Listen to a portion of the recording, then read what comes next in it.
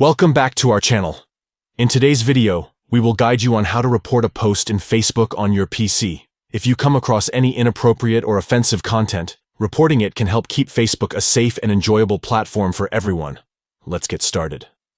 Step 1. Open Facebook by launching your preferred web browser and visiting www.facebook.com. Step 2. Navigate to the post you want to report. It could be on your newsfeed or someone else's profile. Step 3. Next to the account name of the person who made the post, click on More. This will open a drop-down menu with additional options. Step 4. From the options that appear, select Report Post.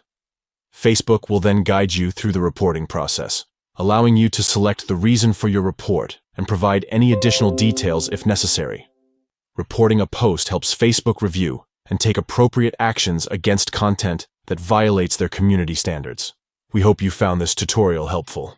If you have any questions or need further assistance, please leave a comment below. Thank you for watching, and don't forget to subscribe to our channel for more informative videos. Stay tuned for more helpful tips and tricks.